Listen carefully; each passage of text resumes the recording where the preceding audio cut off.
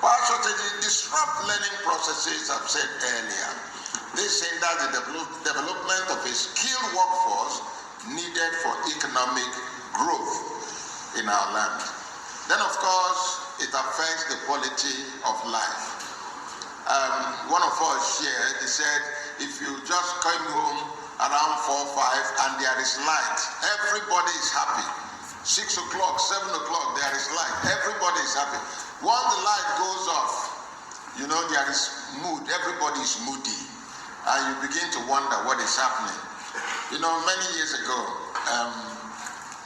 you know, when they take light, people say, never will go, you know, and a man, a teacher, asked primary 1 pupils in his school, in a village. He said, Kedindi nenya ayoko asina nepa. Mba kedindi ne weloko.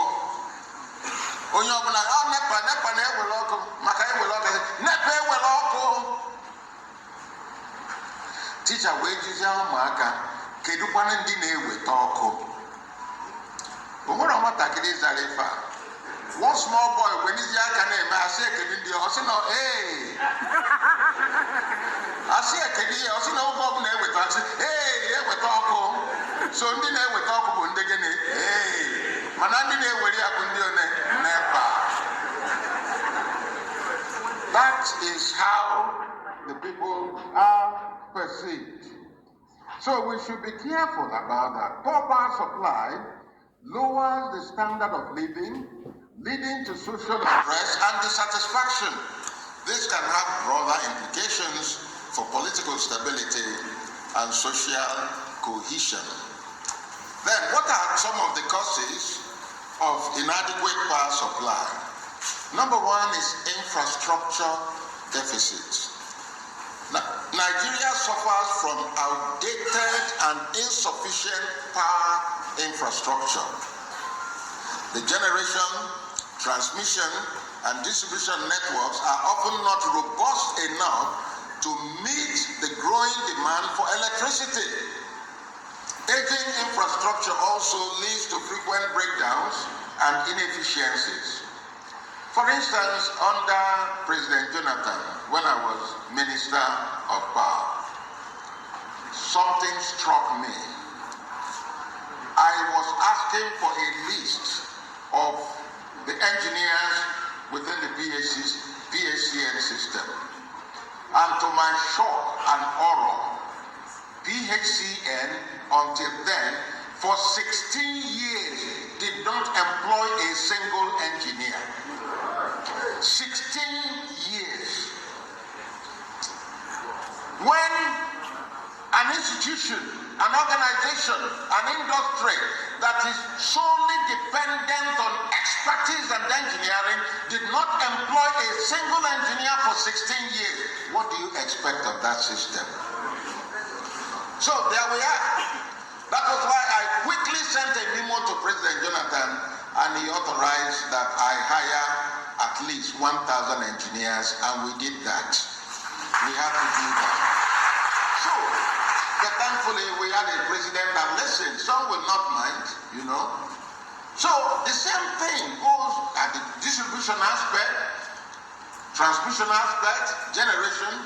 You are supposed to have a minimum of 1.5 times transmission facility compared to generation facility. So, if you are generating 10,000 megawatts, you should have a minimum of 15,000 megawatts capacity for transmission.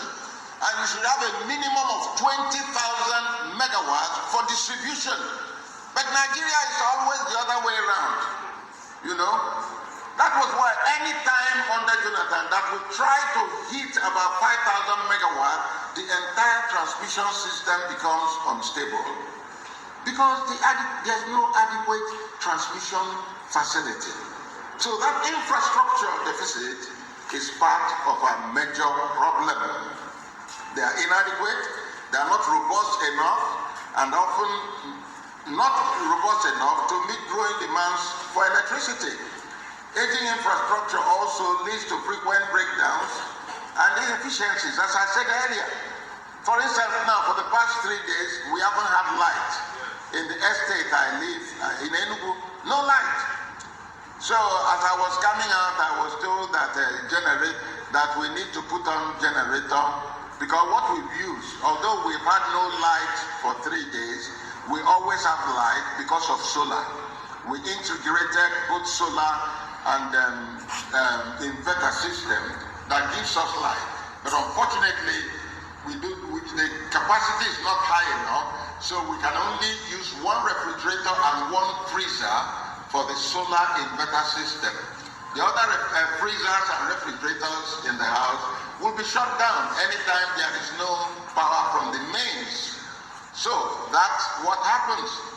And they was told that things were now beginning to defrost. Did they put on the generator? I said, why not? So we put on the generator, not just for generator's sake, but also to charge the battery of the solar to help to charge it, because our system can last us for 10 hours without generator or power from the mains. And I think that is wonderful. And many of you know, those of you who know me closely, that when I was Minister of Power, I refused to own a generator. Because I said, what is the moral justification for me telling Nigeria I will give you light, and they come to my backyard and see a generator there? So I did not use a generator throughout my stay in Abuja. Not at all. Not for 1 day. So another one is energy policy and governance. Ineffective energy policies, poor governance, and corruption are significant contributors to power supply crisis. The lack of long-term planning, inadequate investment in the energy sector, and mismanagement of resources result in power shortages. Also, embarking on white elephant projects instead of practical solutions like distributed power. Many of you might not realize it. When you design a major power station, like a generator system, and you want to do 100, 200, 300 megawatts, it takes years, sometimes 4 to 6 years from concept to commissioning and implementation. But there is something we suggested when we were living. We recommended, and unfortunately the government that took over from ours did not even open our handover notes. They didn't. They just put them on the shelf. Never read them. We recommended renewable energy and distributed power. Renewable energy that was why I went forward to insist that Nigeria should have an energy conservation and renewable energy policy before I stopped being minister. And for the first time, we had that. Did you ever hear the current government and their people mention anything like that? No, not even once.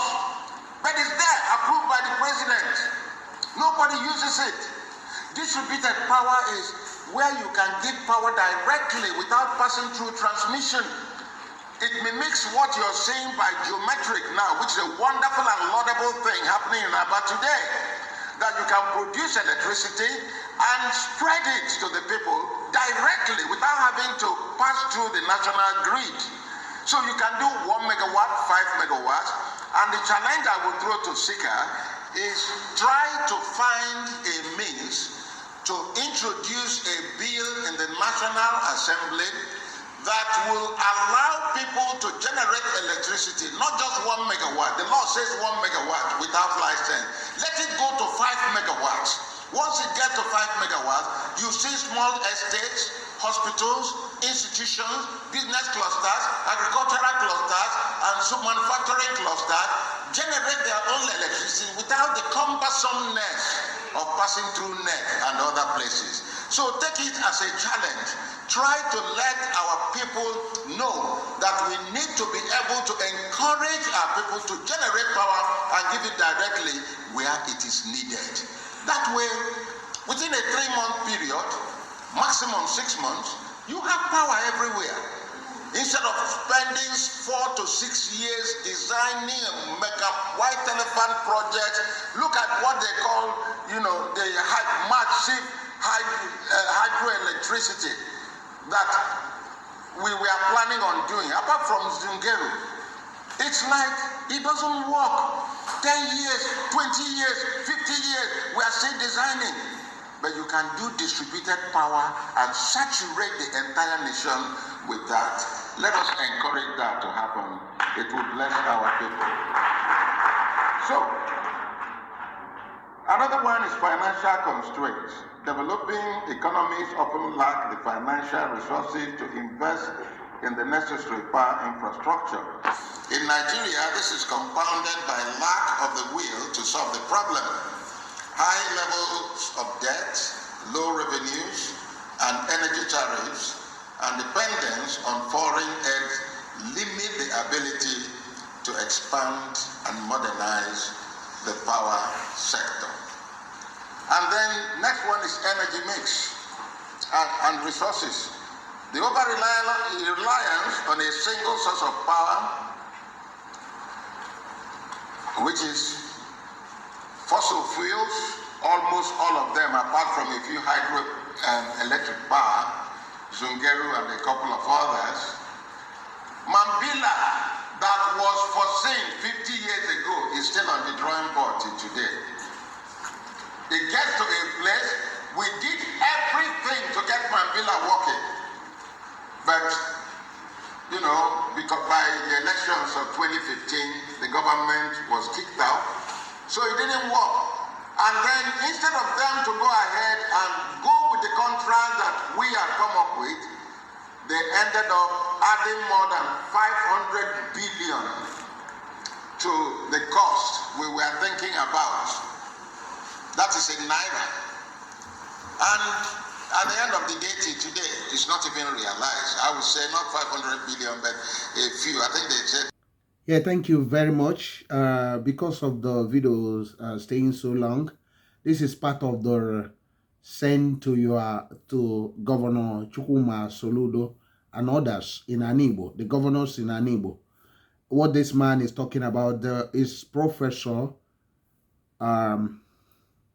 Nebo, the Vice Chancellor of University on the Niger, Umunya, part of Onitsha Greater Region.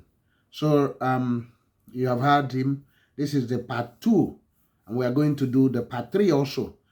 Please share this, like, comment, and subscribe to my channel. Thank you very much for your help and for doing so. God bless you. I am Kodili-nye, the son of wonderful. See you in the next one. Bye.